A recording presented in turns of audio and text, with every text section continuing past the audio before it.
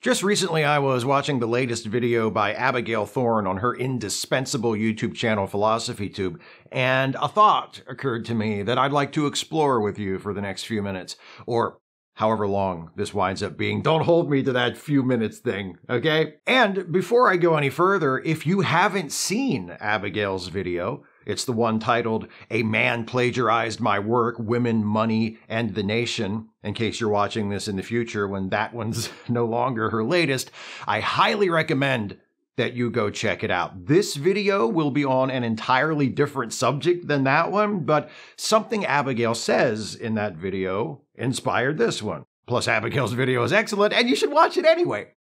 There's a point in her video when Abigail is discussing the work of conservative philosopher Roger Scruton and Scruton's explanation of the importance of shared identity in a society. Scruton argues that society doesn't work without some sense of shared identity among the members of it, or as Abigail puts it, a sense of we, as in we the people. This sense of we is what, according to Abigail, Scruton believes conservatives should be conserving. When I was watching that video and Abigail said that, a light bulb went off in my head, and strangely enough, the next thought I had was of this. This is the 11th and, as of this recording, current edition of the Merriam-Webster Collegiate Dictionary. Yes, they still put out a print version. No, I don't typically use it. I look up words online, just like most of you. Yes, I bought this specifically to use as a prop for this video. It cost $16. So please become a patron at patreon.com/Steve Shives, or a channel member by clicking the join button, or send me a one-time donation using the thanks button or through the PayPal or Venmo links that are in the description, and help make sure I turn a profit on this video. The reason I thought of the dictionary was because Abigail's discussion of Scruton and the we, which conservatives are trying to conserve, reminded me of the two main approaches to lexicography, which is the smarty-pants word for the writing of dictionaries. The first approach, the first philosophy of lexicography, if you will, is prescriptivism. From a prescriptivist standpoint, the purpose of the dictionary is to determine what words mean and how they're used.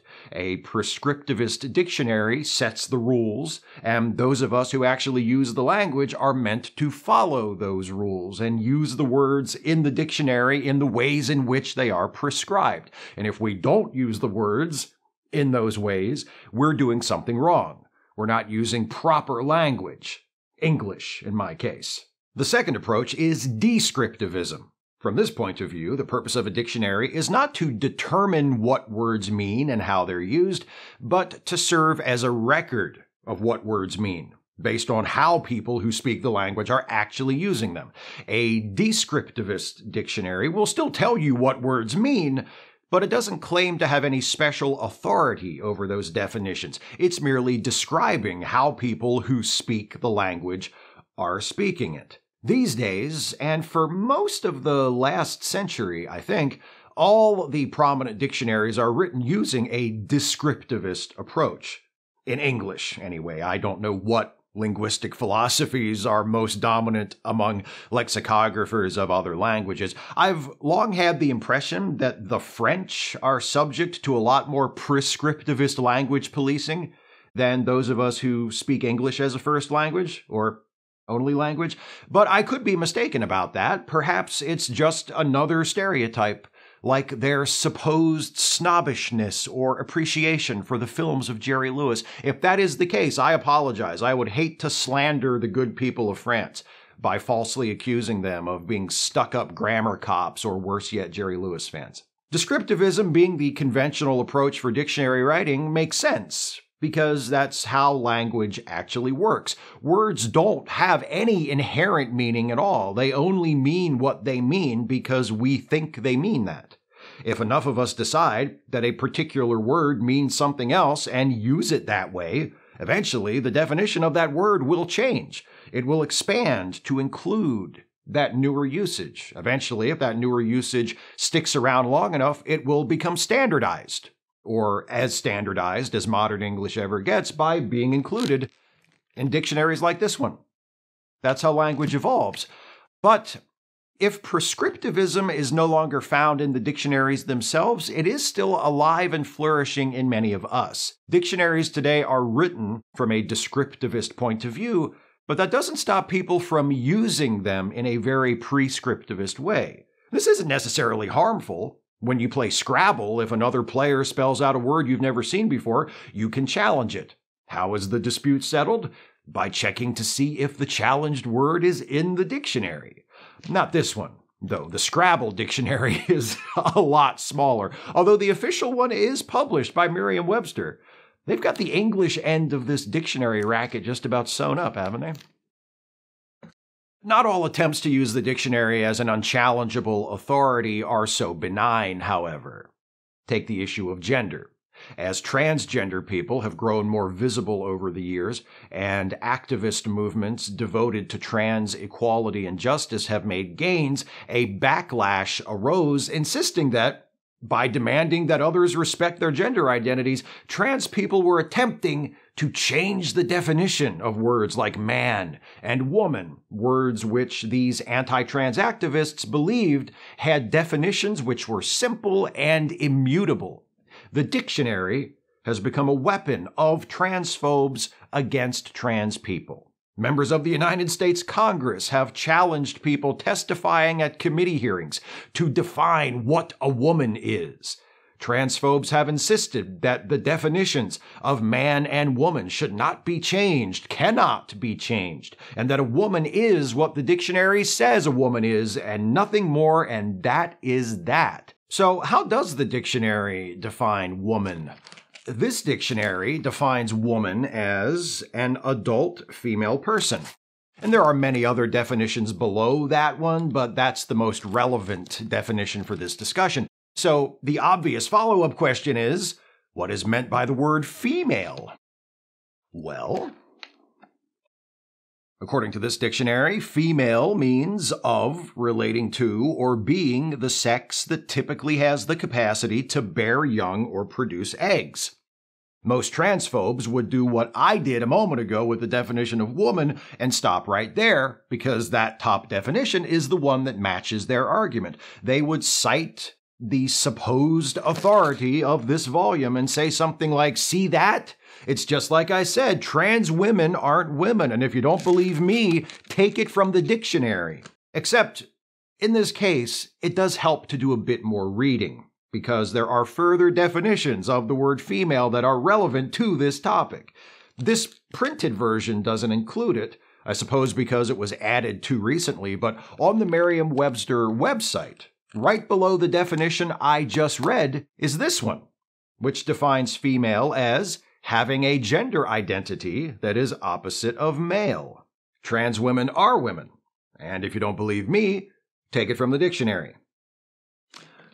Transphobia is not, unfortunately, exclusive to conservatism, but it is essentially conservative in character.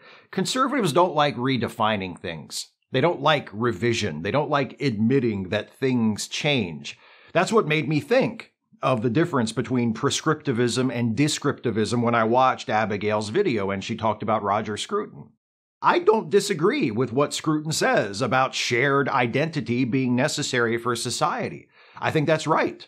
For society to function, there needs to be a sense of membership, a concept of a common we. My disagreement with Scruton on this point, and the more fundamental disagreement between conservatives and progressives, lies in what we mean by we. Conservatives define the social we using the prescriptivist approach. They have one particular sense of we in mind, one shared identity consisting of specific kinds of people and specific institutions doing specific things. It's not just a we, it's this particular we, which is the only acceptable one, the superior one, the one that must be protected from outsiders and defended from change. Any attempts to expand this definition of we are deviant and perverse and destructive. Progressives, on the other hand, take a descriptivist approach. To us, a shared sense of we is just as important as it is to conservatives, but we believe that our definition of what constitutes we should be as expansive as it needs to be to include everyone.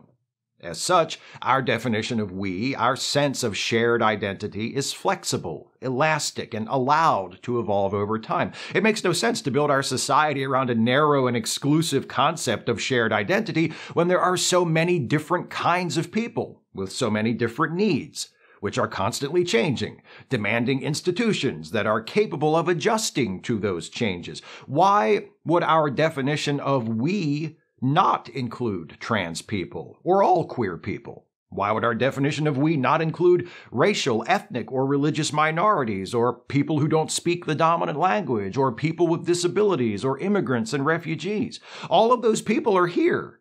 They exist. They're part of our communities. We includes them. We means all of us. Why try to deny that? If our definition of we has left people out due to the ignorance or inattention of the more dominant members, a progressive, descriptivist approach demands that we change that definition. Otherwise, what good is having a definition in the first place? That's why descriptivism is the more sensible and useful of the two philosophies. Prescriptivism ultimately just reduces to confirmation bias and elitism. Things are the way you say they are, or say they should be. Your way is the only right way, and your people are the only good people, regardless of reality. That's arrogant and intolerant. And more than that, it's foolish. There's an expression I'm very fond of. It was originated by Alfred Korzybski, a philosopher who was born in Warsaw in the latter half of the 19th century and moved to the United States during the First World War. Korzybski was interested in the limitations of human perceptions and their philosophical implications, in the difference between our concept of an object and the object itself.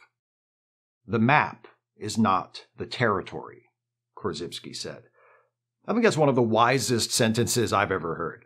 I remind myself of it often, whenever my preconceptions are challenged, whenever I'm forced to confront the humbling and uncomfortable possibility that I might not know what I think I know, whenever I realize that my view of the world would be more accurate if I widened my shot just a little bit more. The map is not the territory. And as Korzybski also said, the word is not the thing. Maps, words, dictionaries, these are tools that we invented. They don't tell us how things are, they record how we think things are. They help us to keep track of our experiences and organize our thoughts. They, and the ideas we use them to conceive and express, should always be subject to revision. Change is inevitable. Cosmological change, geological change, societal change. It's not our place, nor is it in our power to stop it.